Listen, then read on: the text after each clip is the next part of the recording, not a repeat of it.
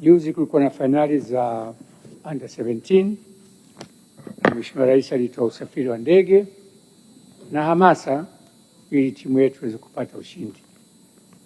Kwa bahati mbaya, mpira una matokeo machungu, hatukufanikiwa.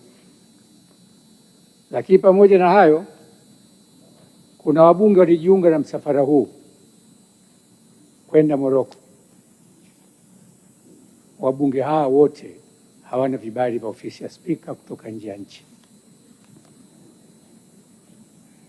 Kwa maana hiyo, natoa maelekezo kwa katibu, wabunge wote waliosafiri bila kibali cha Spika au ofisi ya Spika waandikiwe barua za kujieleza kwa nini wamevunja kanuni za kibunge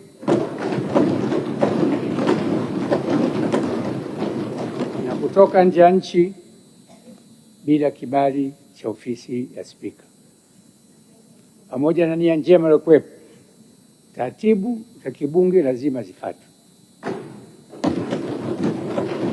Katibu wape siku 4 kuleta majibu yao, na pale wataposhindwa, hatua za kikanuni za kinidhamu zichukuliwe dhidi ya wabunge wote walikwenda Morocco bila kibali cha ofisi ya Spika.